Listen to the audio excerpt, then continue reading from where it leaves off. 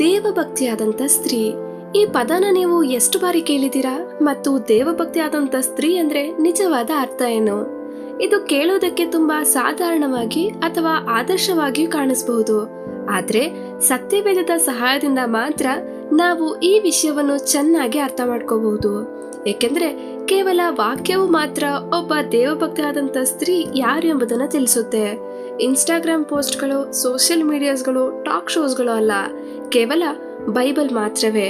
ವಾಕ್ಯವು ದೇವಭಕ್ತಿಯಾದಂಥ ಸ್ತ್ರೀ ಯಾರು ಎಂಬುದನ್ನು ನಮಗೆ ತಿಳಿಸ್ಕೊಡುತ್ತೆ. ಬೈಬಲ್ ಏನ್ ಹೇಳ್ತೆ ಎಂಬುದನ್ನು ನಾವು ನೋಡ್ಬೇಕು. ದೇವರು ಮಹಿಳೆಯನ್ನು ಸೃಷ್ಟಿಸಿದಾಗ ಆತನ ಉದ್ದೇಶ ಏನಿತ್ತು ಎಂಬುದನ್ನು ನಾವು ನಿರ್ದಿಷ್ಟವಾಗಿ ಗಮನಿಸಬೇಕು ಮತ್ತು ತಿಳ್ಕೋಬೇಕು. ತದನಂತರ ಬೈಬಲ್ನಲ್ಲಿ ಉಲ್ಲೇಖಿಸಲಾದ ದೇವಭಕ್ತಿಯಾದಂಥ ಸ್ತ್ರೀಯರ ಉದಾಹರಣೆಗಳನ್ನು ಕೂಡ ನಾವು ನೋಡ್ಬೋದು.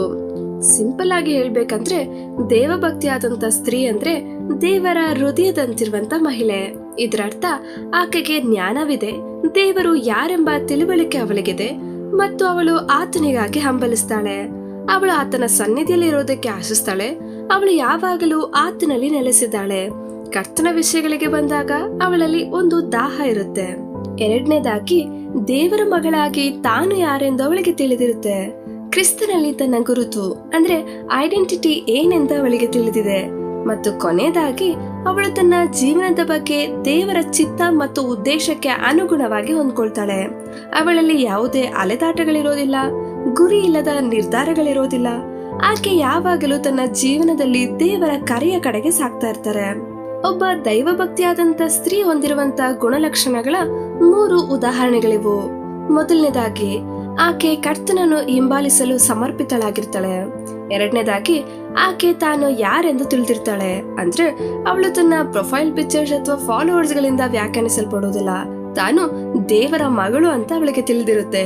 ಮತ್ತೆ ಕೊನೆಯದಾಗಿ ಆಕೆ ದೇವರ ಚಿತ್ತಕ್ಕೆ ಅಲೈನ್ ಆಗಿರ್ತಾಳೆ. ಅಂದ್ರೆ ಆಕೆ ದೇವರ ಚಿತ್ತದೊಂದಿಗೆ ಹೊಂದಿಕೊಂಡು ಹೋಗಿರ್ತಾಳೆ. ಆದ್ರೆ ಇನ್ನೂ ಹೆಚ್ಚಿನದಿದೆ. ಒಬ್ಬ ದೈವಭಕ್ತೆ ಅಥವಾ ಸದ್ಗುಣಶೀಲ ಮಹಿಳೆಯಾಗಿರೋದ್ರ ಬಗ್ಗೆ ದೇವರ ವಾಕ್ಯವು ಏನ್ ಹೇಳ್ತದೆ ಎಂಬುದಾಗಿ ನಾವು ನೋಡ್ಬೇಕು. ವಾಕ್ಯದಲ್ಲಿ ಮಹಿಳೆಯರ ಬಗ್ಗೆ ಮಾಡಲಾದಂತ ಕೆಲವು ಉಲ್ಲೇಖಗಳನ್ನು ನಾವೀಗ ನೋಡೋಣ. ಮೊದಲ ಮಹಿಳೆ ಹವ್ವ. ಆದಿಕಾಂಡ ಅಧ್ಯಾಯ 2 ಮಹಿಳೆಯನ್ನು ಸೃಷ್ಟಿಸುವಲ್ಲಿ ದೇವರ ಉದ್ದೇಶದ ಬಗ್ಗೆ ನಮಗೆ ಕೆಲವು ಒಳನೋಟಗಳನ್ನ ನೀಡುತ್ತೆ. ದೇವರು ಸಕಲ ಜೀವಿಗಳನ್ನು ಸೃಷ್ಟಿಸಿದ ನಂತರ ಆದಾಮನಿಗೆ ಸಮಾನವಾದ ಸಹಕಾರಿ ಯಾರು ಕಂಡು ಬರಲಿಲ್ಲ ಅಂತ ಆತ ನೋಡ್ತಾರೆ. ಅದಕ್ಕಾಗಿನೇ ಆತನು ಆದಾಮನ ಪಕ್ಕೆ ಎಲುಬುಗಳಲ್ಲಿ ಒಂದರಿಂದ ಮಹಿಳೆಯನ್ನು ರೂಪಿಸಲು ನಿರ್ಧರಿಸ್ತಾರೆ.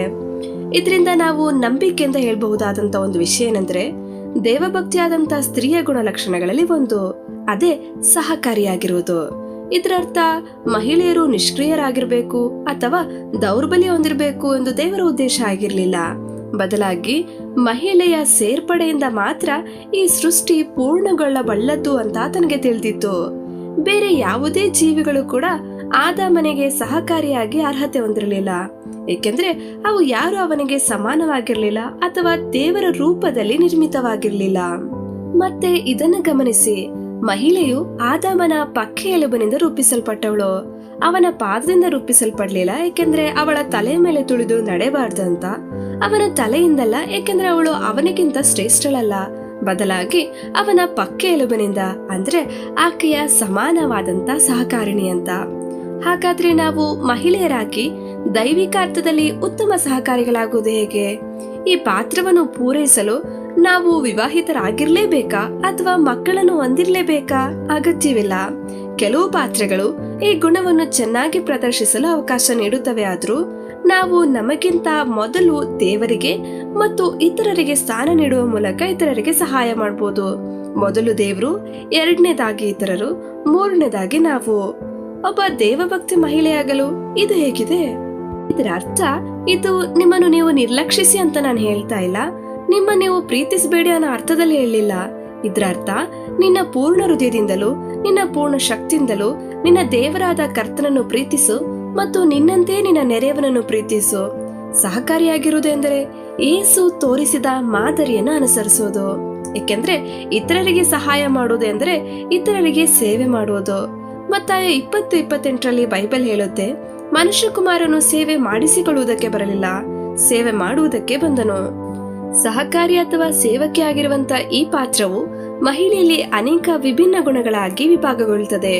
ಪೋಷಣೆ, ಕರುಣೆ, ಸಹಾನುಭೂತಿ, ಕಾಳಜಿ, ಸೌಮ್ಯತೆ, ನಮ್ರತೆ, ನಿಸ್ವಾರ್ಥತೆ ಮತ್ತು ವಿಧೇಯತೆ. ಅವಳಂತೆ ಯಾವುದೇ ಮಹಿಳೆ ಪರಿಪೂರ್ಣಳಲ್ಲದಿದ್ದರೂ ನಾವು ದೇವರ ವಾಕ್ಯಕ್ಕೆ ವಿಧೇಯರಾಗುವ ಮೂಲಕ, ಪ್ರಾರ್ಥನೆಗೆ ಒಪ್ಪಿಸಿಕೊಡುವ ಮೂಲಕ ಮತ್ತು ದೇವರ ಧ್ವನಿಯನ್ನು ಕೇಳುವ ಮೂಲಕ ಈ ಗುಣಗಳನ್ನು ಸಾಧಿಸಲು ಶ್ರಮಿಸಬಹುದು. ಜ್ಞಾನೋಕ್ತಿ ಅಧ್ಯಾಯ 31 ನಿಮಗೆ ಗೊತ್ತಿದೆ. 26ನೇ ವಚನ ಹೀಗೆ ಹೇಳ್ತದೆ: ಆಕೆಯು ಜ್ಞಾನದಿಂದ ಮಾತನಾಡುತ್ತಾಳೆ, ಅವಳ ನಾಲಿಗೆಯ ಮೇಲೆ ದಯೆಯುಳ್ಳ ಬೋಧನೆ ಇದೆ.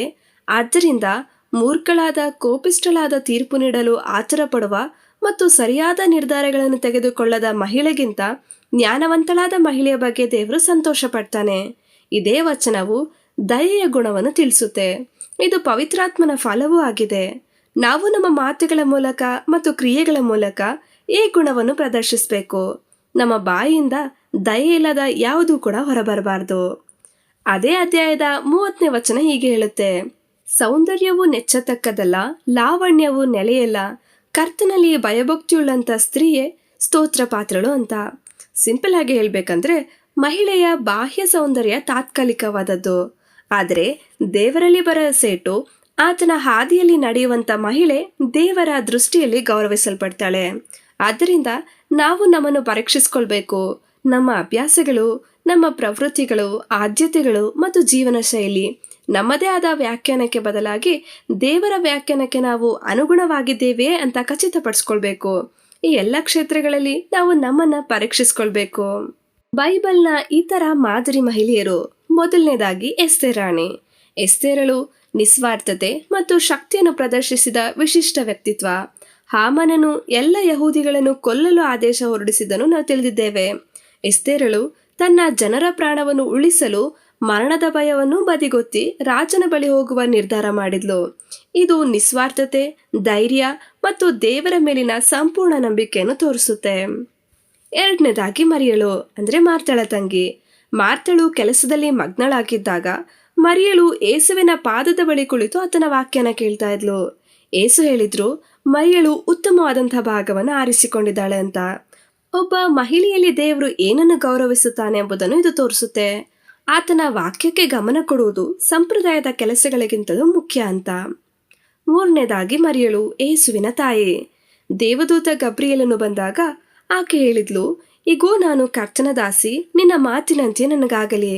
ಆಕೆ ತನ್ನನ್ನು ತಾನು ನಮ್ರಗೊಳಿಸಿಕೊಂಡಳು ಮತ್ತು ದೇವರ ಯೋಜನೆಗೆ ಸಂಪೂರ್ಣವಾಗಿ ವಿಧೇಯಳಾದಳು.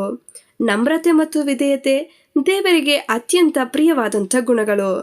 ನಾವು ಜೀವನದಲ್ಲಿ ಎಲ್ಲೇ ಇರಲಿ, ನಮ್ಮ ಸಾಮಾಜಿಕ ಸ್ಥಾನಮಾನ ಹೇಗೆ ಇರಲಿ, ನಾವು ನಮ್ರರಾಗಿರಲು ಮತ್ತು ದೇವರಿಗೆ ವಿಧೇಯರಾಗಿರಲು ಶ್ರಮಿಸಬೇಕು. ಈಗ ನೀವು ದೇವಭಕ್ತಿಯಾದಂಥ ಮಹಿಳೆಯ ಗುಣಲಕ್ಷಣಗಳ ಜ್ಞಾನವನ್ನು ಹೊಂದಿರೋದ್ರಿಂದ ದೇವರ ಮಗಳಾಗಿ ನಿಮ್ಮ ಮೌಲ್ಯವನ್ನು ತಿಳಿಯಲು ನಾನು ನಿಮ್ಮನ್ನು ಪ್ರೋತ್ಸಾಹಿಸ್ತೇನೆ. ಈ ಗುಣಗಳನ್ನು ನಾವು ಅಮೂಲ್ಯವಾದ ಆಭರಣಗಳಂತೆ ಧರಿಸಬಹುದು.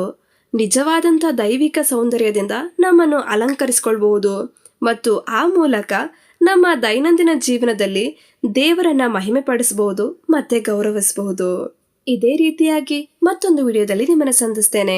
ಅಲ್ಲಿವರೆಗೂ ಸಿದ್ಧವಾಗಿರಿ, ಸಿದ್ಧಪಡಿಸಿರಿ. ನಮ್ಮ ಕರ್ತನಾದಂಥ ಯೇಸು ಕ್ರಿಸ್ತನು ಅತಿ ಬೇಗನೆ ಬರಲಿಕ್ಕಿದ್ದಾನೆ.